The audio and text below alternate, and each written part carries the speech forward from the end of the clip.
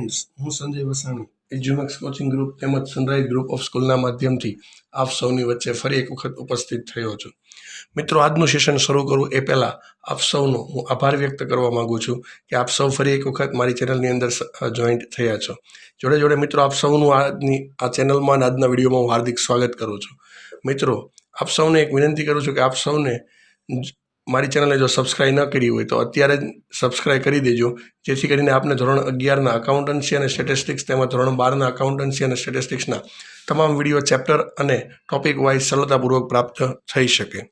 તો મિત્રો, આજનું સેશન આપણું રહેશે ધોરણ 11 આંકડાશાસ્ત્ર એટલે કે સ્ટેટિસ્ટિક્સનું.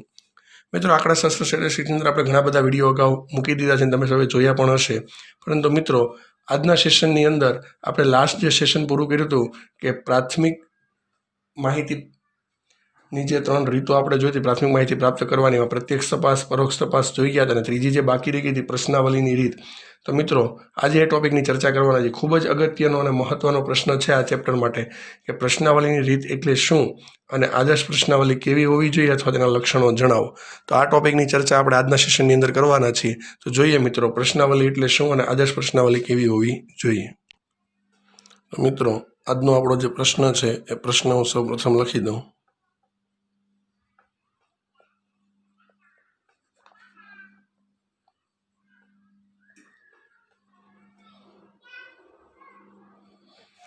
તો મિત્રો, પ્રાથમિક માહિતી મેળવવા માટેની આ પણ એક ખૂબ જ અગત્યની રીત છે, જેને કહેશું આપણે પ્રશ્નાવલીની રીત.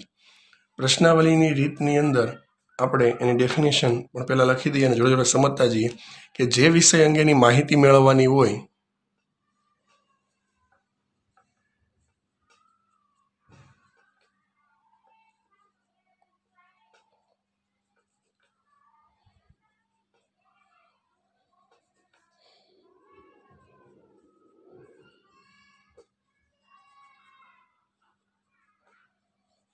જે વિષય અંગેની માહિતી મેળવવાની હોય તે વિષયને અનુરૂપ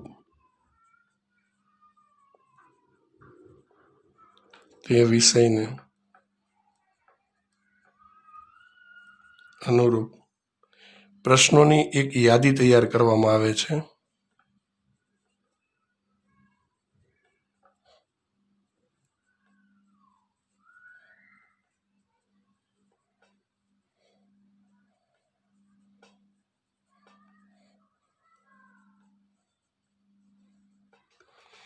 આપણે જે વિષય ઉપર ટોપિક ઉપર આપણે માહિતી મેળવવાની છે એને અનુરૂપ જ આપણે પ્રશ્નોની એક યાદી તૈયાર કરવાની.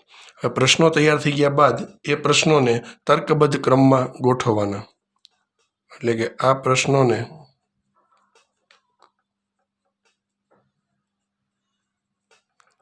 તર્કબદ્ધ ક્રમમાં ગોઠવવાના.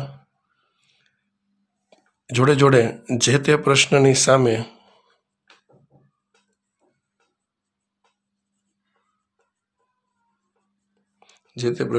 તેનો જવાબ લખવા માટેની જગ્યા રાખી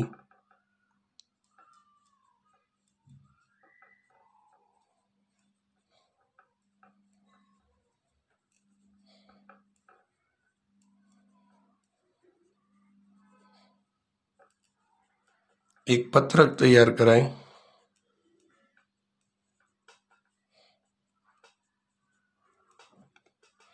પત્રક તૈયાર કરાય છે તેને પ્રશ્નાવલી કહે છે.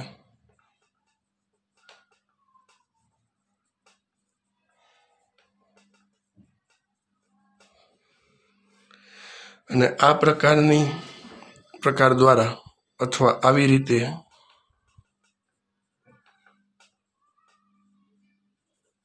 માહિતી એકત્રિત કરવામાં આવે તો તેને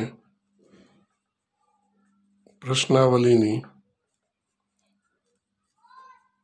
રીત કહેવાય.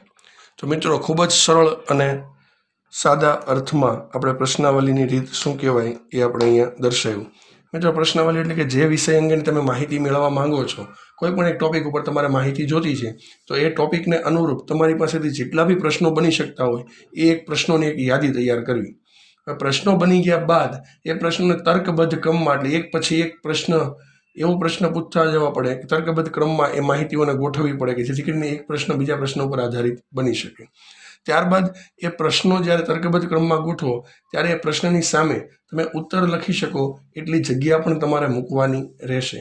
એ જગ્યા મૂકવાનું કારણ એવું છે કે ત્યાં એની સામે જ એના જવાબો એને લખવાના થશે. અને આ રીતે એક પત્રક તૈયાર કરવામાં આવે જે પત્રકને પ્રશ્નાવલી કહે છે. અને આ પ્રશ્નાવલી દ્વારા જે માહિતી એકત્રિત કરવામાં આવે તો એ રીતને પ્રશ્નાવલીની રીત કહે છે. મિત્રો, આવી માહિતીનો ઉપયોગ ખાસ કરીને જ્યારે આપણી પાસે કાર્યક્ષેત્ર બહુ જ વિશાળ હોય અને માહિતી એકત્રિત કરવાની હોય ત્યારે આ પદ્ધતિ વધુ ઉપયોગી નીવડે છે. આ રીતમાં સમય અને ખર્ચની બચત થતી હોવાથી માહિતી મેળવવા માટે કરકસરયુક્ત રીત પણ આને કહેવાય છે. આ એક માહિતી મેળવવાની પ્રત્યક્ષ તપાસની જ રીત છે એમ સમજી શકાય. પરોક્ષ તપાસમાં એમ બંનેમાં ઉપયોગ થઈ શકે. પ્રત્યક્ષ તપાસ માટે તમે પ્રશ્ન તૈયાર કરીને તમે અથવા તમારા આગળકો દ્વારા પણ માહિતી એકત્રિત કરી શકો, અથવા અન્ય કોઈ વ્યક્તિ દ્વારા પણ આ પ્રશ્નાવલીની રીતથી માહિતી એકત્રિત કરી શકો. માટે આ રીતને પ્રત્યક્ષ તપાસ અને પરોક્ષ તપાસ બંનેની રીતમાં ઉપયોગમાં લઈ શકાય એવી રીત ગણાવી શકાય. મિત્રો, પ્રશ્નાવલીની સફળતાના આધાર બે બાબતો પર રહેલો છે. એક તો પ્રશ્નાવલી તૈયાર કરનારની આવડત અને કુશળતા. એટલે એનો અર્થ એવો છે કે તમે જે પ્રશ્નાવલી તૈયાર કરો છો એ પ્રશ્નાવલી તૈયાર કરનાર વ્યક્તિમાં આવડત અને કુશળતા કેવી છે, કઈ રીતની એને પ્રશ્નાવલી તૈયાર કરી છે એના ઉપર રહેલો છે. અને બીજો કે એના પ્રશ્નોને સમજી અને લેખિત ઉત્તર આપી શકે એવા ઉત્તરદાતાઓ સાક્ષરતા અને શૈક્ષણિક કક્ષાના હોવા જોઈએ. તો જ આપણી પ્રશ્નાવલી આપણી યોગ્ય કહેવાય, નહીં તો આપણી પ્રશ્નાવલી કામની ગણાશે નહીં. એટલે પ્રશ્નાવલી તૈયાર કરનાર વ્યક્તિ પણ સક્ષમ હોવો જોઈએ અને પ્રશ્નાવલીના જવાબ આપનાર વ્યક્તિ પણ કુશળ અને સક્ષમ હોય તો જ આપણી પ્રશ્નાવલીની સફળતાનો આધાર રહેલો છે. ઘણી વખત આમાં સમજણ અને સહકારની ભાવનાનો જો અભાવ જોવા મળે તો આપણી પ્રશ્નાવલીની રીત આ નિષ્ફળ પણ જાય છે. પ્રશ્નાવલી એવી રીતના તૈયાર કરવી જોઈએ કે એના પ્રશ્નો ટૂંકા, સરળ અને સ્પષ્ટ હોવા જોઈએ. વાતના અને મગજમાં કોઈ પણ પ્રકારની વહેમ કે શંકા પણ ઉદ્ભવવી જોઈએ નહીં. અને પ્રશ્નોના ઉત્તર ખૂબ સરળતાપૂર્વક એ વ્યક્તિ આપી શકવો જોઈએ. એ મુજબની પ્રશ્નાવલી તૈયાર કરવી જોઈએ. તો મિત્રો, અહીં આપણી પાસે એક બીજો પ્રશ્ન પણ ઉદ્ભવે છે કે આ પ્રશ્નાવલીની જે રીત છે, આપણે જે વાત કરી રહ્યા છીએ પ્રશ્નાવલી, તેમાં આદર્શ પ્રશ્નાવલી કેવી હોવી જોઈએ એ પણ આપણા માટે એક મહત્વનો મુદ્દો છે કે આદર્શ પ્રશ્નાવલી કેવી હોવી જોઈએ, અથવા તો આદર્શ પ્રશ્નાવલીના લક્ષણો જણાવો.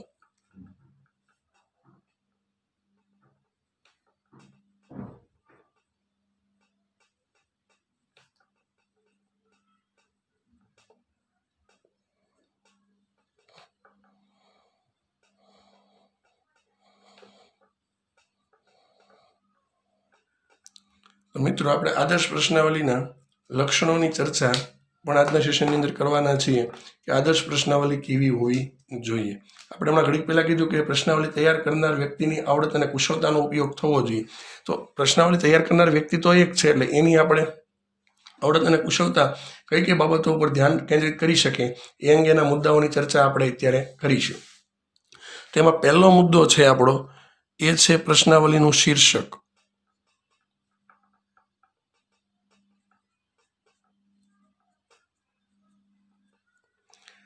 મિત્રો, આપણો પહેલો જ મુદ્દો રહેશે શીર્ષક. તો પ્રશ્નાવલીનો સફળતાનો આધાર ખાસ કરીને તો એના શીર્ષક પર રહેલો છે. એવું કહી શકાય કે સંશોધનનો હેતુને સ્પષ્ટ કરતું આકર્ષક, ટૂંકું અને યોગ્ય શીર્ષક આપવું જોઈએ. એટલે અહીંયા આપણે લખી દઈએ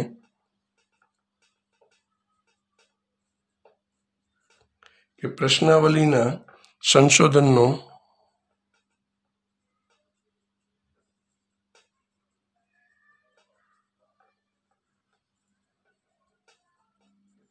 હેતુ સ્પષ્ટ કરતું અને આકર્ષક, જોડે જોડે પાછું ટૂંકું અને યોગ્ય શીર્ષક આપવું. તમે જે પ્રશ્નાવલી તૈયાર કરો છો મિત્રો, એ પ્રશ્નાવલીનું એક શીર્ષક પણ આપવું યોગ્ય જરૂરી છે. મિત્રો આના માટે તમને સરળ એક્ઝામ્પલ આપું તો તમે બધા જ મૂવી જોવા જાઓ છો તો મૂવી આપણું 2.5 કલાક 3 કલાકનું જે મૂવી હોય એ મૂવીનો આખો સારાંશ એક શોર્ટમાં આપણને એ મૂવીના નેમ ઉપર આપી દેવામાં આવે કે મૂવીનું જે આપણું નામ છે એના ઉપરથી જ આપણે આખા મૂવીનો આધાર વ્યક્ત કરેલો હોય છે. નોર્મલી મૂવીના નામ ઉપરથી જ આપણે એ મૂવીનો થોડો ઘણો સારાંશ મેળવી શકીએ. અને તમે જોયું હશે કે કોઈ પણ મૂવીનું નામ બહુ મોટું રાખવામાં નથી આવતું, મૂવીનું નામ બહુ શોર્ટ રાખવામાં આવે છે જેથી કરીને મૂવી થોડુંક આકર્ષક બને કે આમાં કંઈક નવું હશે. તો એવી જ રીતના આપણી જે પ્રશ્નાવલી છે એને પણ એક ચોક્કસ સંશોધનનો હેતુ આપણો દર્શાવતો હોય, સ્પષ્ટ થતો હોય એવું ટૂંકું અને આકર્ષક યોગ્ય શીર્ષક આપવું જોઈએ કે જેથી કરીને આપણી પ્રશ્નાવલી થોડીક વ્યવસ્થિત દેખાય. તો પહેલું લક્ષણ છે કે તમે જે પ્રશ્નાવલી તૈયાર કરો એને એક યોગ્ય શીર્ષક આપો. ત્યારબાદ મિત્રો પ્રશ્નાવલીનું બીજું જોઈ લઈએ તો પ્રશ્નાવલીની સંખ્યા.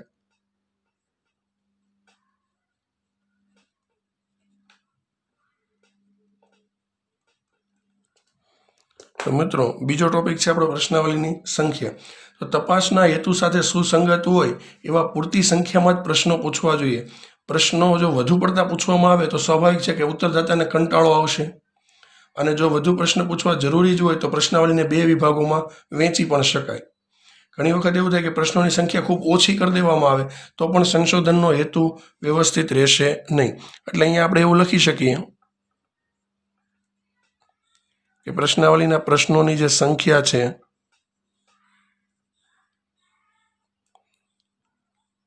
તે હેતુસર હોવી જોઈએ. એટલે કે જો વધુ પ્રશ્નો હોય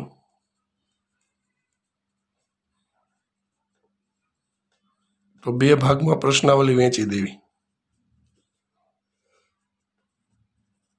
નહીં તો કંટાળો આવશે. અને ઓછા હશે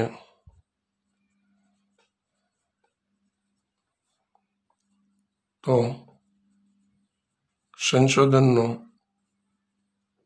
હેતુ સિદ્ધ નહીં થાય. એટલે અહીંયા 2 વસ્તુને આપણે યાદ રાખવાની છે કે પ્રશ્નોની સંખ્યા જો વધુ હોય તો પછી સામેવાળો ઉત્તરદાતા છે એને કંટાળો આવશે, અને પ્રશ્નોની સંખ્યા ઓછી હશે તો આપણો હેતુ સિદ્ધ નહીં થાય. પરંતુ આપણી મજબૂરી હોય કે પ્રશ્નોની સંખ્યા વધારે જ પૂછવી પડે એમ હોય તો પછી પ્રશ્નાવલીને 2 ભાગમાં વહેંચી દો, પાર્ટ 1 પાર્ટ 2 એ રીતે, કે જેથી કરીને એ વ્યક્તિને એક સાથે પ્રશ્નોના જવાબ આપવાનો કંટાળો ન આવી શકે અને વ્યવસ્થિત રીતે જળવાઈ રહે. તો મિત્રો આ એનું બીજું લક્ષણ થયું. ત્યારબાદ એનું લક્ષણ નંબર 3 જોઈએ તો ત્રીજું છે પ્રશ્નોનો ક્રમ.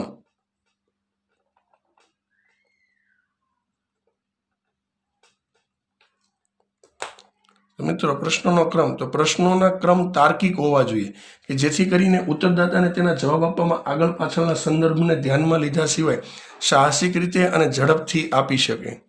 ટૂંકા પ્રશ્નોના ક્રમ સામાન્ય રીતના પ્રશ્નોથી જ શરૂ કરી અને અભ્યાસ સંબંધિત ચોક્કસ પ્રશ્નો તરફ હોવો જોઈએ. એટલે પ્રશ્નોનો ક્રમ છે એ વ્યવસ્થિત હોવો જોઈએ. આમ તો એક રીતે તો ક્રમ તાર્કિક હોવો જોઈએ.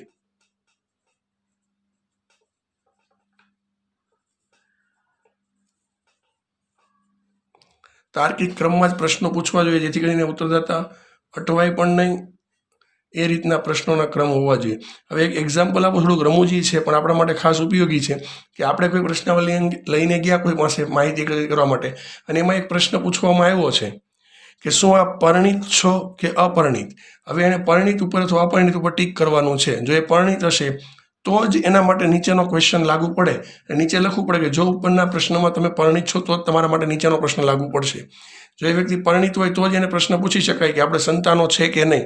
પરંતુ અપરિણિત વ્યક્તિને આપણે પ્રશ્ન પૂછીએ કે તમારે સંતાનો છે કે નહીં તો એ વ્યાજબી કહેવાય નહીં. એટલે અહીંયા પ્રશ્નોનો ક્રમ વ્યવસ્થિત રીતે જળવાયેલો હોવો જોઈએ. અથવા એવો પણ પ્રશ્ન ન થવો જોઈએ કે પહેલાં તમે એ વ્યક્તિને પૂછો છો કે તમે પરિણિત છો કે અપરિણિત, અને પછી તમે એને પૂછો છો કે તમારે સંતાનો છે કે નહીં, તો આ વ્યવસ્થિત કહેવાય. પરંતુ તમે પહેલાં એ વ્યક્તિને પ્રશ્ન પૂછો કે તમારે સંતાનો છે કે નહીં, અને વ્યક્તિ કે આ છે, અને પછી તમે એને પ્રશ્ન પૂછો કે તમે પરિણિત છો કે અપરિણિત, તો એ થોડોક અવ્યાજબીપણું લાગે. તો આવા સંજોગોમાં પ્રશ્નોના ક્રમ એકદમ તાર્કિક હોવા જોઈએ અને ક્રમ બાય ક્રમ પ્રશ્ન પૂછવા જોઈએ જેથી કરીને એ વ્યક્તિ સરળતાપૂર્વક જવાબ આપી શકે. ત્યારબાદ છે નંબર 4 પ્રશ્નોની ભાષા.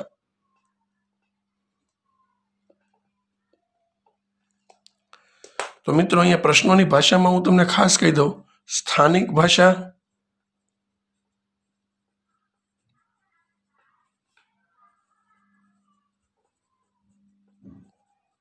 નો ઉપયોગ કરો. અને પ્રશ્નાવલીમાં હંમેશા બને ત્યાં સુધી સ્થાનિક ભાષા જ હોવી જોઈએ, અથવા તમે જે ભાષા પસંદ કરો છો એ સરળ અને સમજી શકાય તેવી હોવી જોઈએ, અને ખાસ કરીને દ્વિઅર્થી અથવા ગૂંચવણભરી કે અન્ય કોઈ પ્રકારના અસ્પષ્ટ શબ્દોવાળી હોવી જોઈએ નહીં, જેથી કરીને પ્રશ્નોની ભાષા જે તે વાંચનારના મનમાં શંકા, વહેમ કે ભય પ્રેરે એવી પણ ન હોવી જોઈએ. અને પ્રશ્નોની ભાષા રોજબરોજના વપરાશમાં આવતા શબ્દોમાંથી જ ઉપયોગ કરી અને બનાવવી જોઈએ. એટલે ઇન શોર્ટમાં સ્થાનિક ભાષાનો જ ઉપયોગ કરવો જોઈએ. હવે તમે ગુજરાતમાં મરાઠીની પ્રશ્નાવલી તૈયાર કરો અને મરાઠી પ્રશ્નાવલીની માહિતી તમે અહીંયા ગુજરાતમાં ગુજરાતી લોકોને આપો તો એ લોકો માટે પ્રશ્નાવલી તમારા માટે નકામી થઈ જશે. અથવા ગ્રામ્ય વિસ્તારમાં જાઓ કે જ્યાં લોકો અશિક્ષિત લોકોનું પ્રમાણ વધારે હોય અને એવા ક્ષેત્રમાં તમે જઈ અને ત્યાં તમે એને અંગ્રેજી ઇંગ્લિશ લેંગ્વેજની અંદર પ્રશ્નાવલી આપો તો એ પ્રશ્નાવલીના જવાબો કાં તો જેમ ફાવે એમ મનમાં આપી દીધા હશે, અથવા તો ખોટા આન્સરો મળવાની શક્યતા પણ વધી શકે. માટે જે તે વિસ્તારમાં તમે સંશોધન કરવા માગો છો એ વિસ્તારની સ્થાનિક ભાષા કઈ છે એનો જ ઉપયોગ કરી અને તમારે પ્રશ્નોની યાદી તૈયાર કરવી જોઈએ, જેથી કરીને તમને સરળતાપૂર્વક માહિતી પ્રાપ્ત થઈ શકે. ત્યારબાદનો ટોપિક છે મિત્રો નંબર 5, પ્રશ્નોની લંબાઈ.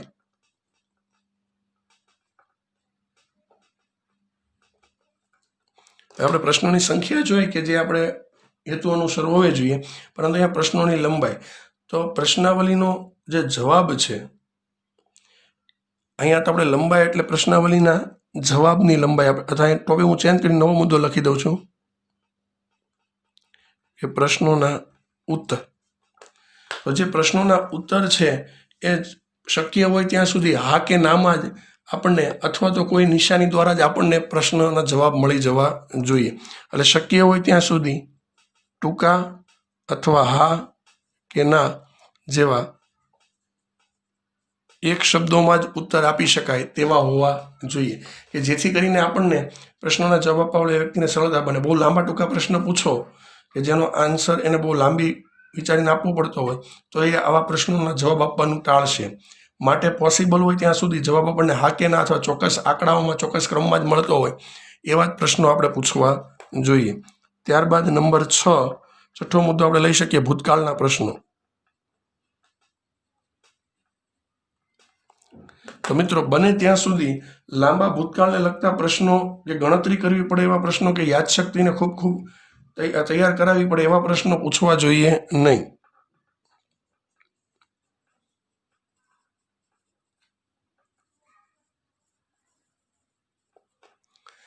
કારણ કે મિત્રો આવા જવાબો આપવામાં લોકો કાં તો અટકળે જવાબ આપશે અને કાં તો આવા જવાબ આપવાના ટાળશે. માટે લાંબા ભૂતકાળના પ્રશ્ન પૂછવા જોઈએ નહીં. એક એક્ઝામ્પલ તરીકે આપું તો તમે કોઈ વ્યક્તિને એમ પૂછો કે તમે પહેલું ટીવી કઈ કંપનીનું લીધું હતું, યાદ રાખજો મિત્રો, પહેલું ટેલિવિઝન જે ટીવી છે એ કઈ કંપનીનું લીધું હતું, તો શાયદ એ વ્યક્તિને યાદ રહે, કારણ કે ટીવી લોંગ સમય માટે એના ઘરમાં રહ્યું હોય એટલે એ તમને કહી શકે સરળતાપૂર્વક એણે જે કંપનીનું ટીવી લીધું હશે. પરંતુ તમે એ વ્યક્તિને એમ પૂછો કે પહેલું ટીવી તમે કઈ તારીખે લીધું હતું, તો શાયદ આનો જવાબ બધા પાસે પરફેક્ટ નહીં હોય, કારણ કે ટીવી લેવા માટે કોઈ પછી પસંદગી કરેલી તારીખને ધ્યાનમાં રાખીને ટીવી લીધું હોય એવું જરૂરી હોતું નથી. પરંતુ તમે કંપનીનું પૂછો તો શાયદ એને ખબર હશે. ધારો કે તમે કોઈ વ્યક્તિને બહુ લાંબી ભૂતકાળની માહિતીઓ પૂછવી પણ ટાળવી જોઈએ શક્ય હોય ત્યાં સુધી. ત્યારબાદ 7મો મુદ્દો છે આપણો મિત્રો ગોપનીયતા.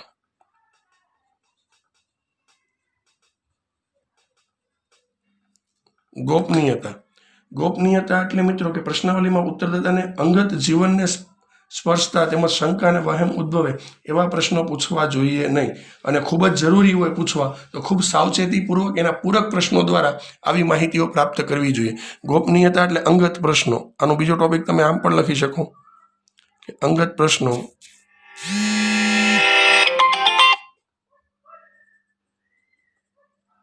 તો બને ત્યાં સુધી મિત્રો અંગત પ્રશ્ન પૂછવાનું એને ટાળવું જોઈએ, કારણ કે અંગત પ્રશ્ન પૂછવામાં આવે તો મોટાભાગના વ્યક્તિઓ આવા પ્રશ્નોના જવાબ આપવાનું ખૂબ જ ટાળતા હોય છે. અને ખૂબ જ જરૂરી હોય આવા પ્રશ્નો તો ખૂબ સાવચેતીપૂર્વક આવા પ્રશ્નો પૂછવા જોઈએ. ત્યારબાદ ચકાસણી, છેલ્લો મુદ્દો છે મિત્રો એનો ચકાસણી. તો પ્રશ્નાવલી તૈયાર થઈ ગયા બાદ એને અજમાયશી ધોરણે વ્યવહારુતાની ચકાસણી કરી લેવી જોઈએ, જેથી કરીને એમાં ખામીઓ રહી ગઈ હોય, કોઈ ત્રુટિ રહી ગઈ હોય તો એને સરળતાપૂર્વક દૂર કરી શકીએ. તો મિત્રો આ રીતે આપણે 8 ટોપિકો 8 લક્ષણો ધ્યાનમાં રાખી અને પ્રશ્નાવલી તૈયાર કરવી જોઈએ. પહેલું યોગ્ય શીર્ષક આપવું જોઈએ. બીજું કીધું છે કે પ્રશ્નોની જે સંખ્યા છે એ ખૂબ મર્યાદિત રાખવી જોઈએ. જો વધારે પડતા પ્રશ્ન પૂછવા હોય તો પ્રશ્નાવલીને અમુક ભાગોમાં વહેંચી દેવી. ઓછા પ્રશ્ન પૂછવાથી હેતુ સિદ્ધ થવાનો નથી. નંબર 3 ઉપર જોઈએ પ્રશ્નોનો ક્રમ. તો પ્રશ્નોનો ક્રમ હંમેશા તાર્કિક ભાષામાં જોવો જોઈએ, એટલે એક પછી એક અનુરૂપ પ્રશ્ન જ પૂછવા જોઈએ. નંબર 4 ઉપર પ્રશ્નોની ભાષા. તો પ્રશ્નોની ભાષામાં હંમેશા બને ત્યાં સુધી સ્થાનિક ભાષાનો જ ઉપયોગ કરવો જોઈએ. ત્યારબાદ પ્રશ્નોના ઉત્તર. તો પ્રશ્નોના ઉત્તર બને ત્યાં સુધી ટૂંકા જ હોવા જોઈએ. હાના અથવા આંકડાકીય માહિતીમાં જ આપી શકે એવા જ પ્રશ્નો પૂછવા જોઈએ. ભૂતકાળના પ્રશ્નો બને ત્યાં સુધી પૂછવાનું ટાળવું જોઈએ, કારણ કે આવા પ્રશ્નોના આન્સર આપવાનું વ્યક્તિઓ મોટાભાગે ટાળતા હોય છે. ગોપનીયતા અથવા અંગત પ્રશ્નો. તો બને ત્યાં સુધી મિત્રો ઉત્તરદાતાના અંગત પ્રશ્ન પૂછવાનું ટાળવું જોઈએ. અને લાસ્ટમાં ચકાસણી, કે એક વખત પ્રશ્નાવલી તૈયાર થઈ ગયા બાદ અજમાયશી ધોરણે એને મૂકતા પહેલાં તમારે એક વખત એની યોગ્યતા ચકાસવી જોઈએ, જેથી કરીને એમાં કોઈ ખામી ત્રુટી રહી ગઈ હોય તો આપણે એનો સરળતાપૂર્વક દૂર કરી શકીએ. તો આ સાથે મિત્રો મારું આજનું સેશન અહીંયા પૂર્ણ કરું છું. ફરી એકવાર નવા ટોપિક, નવા મુદ્દા સાથે આપ સૌની વચ્ચે ઉપસ્થિત થઈશ. ત્યાં સુધી આપ સૌની રજા લઉં છું. જય હિન્દ, જય ભારત અસ્તુ.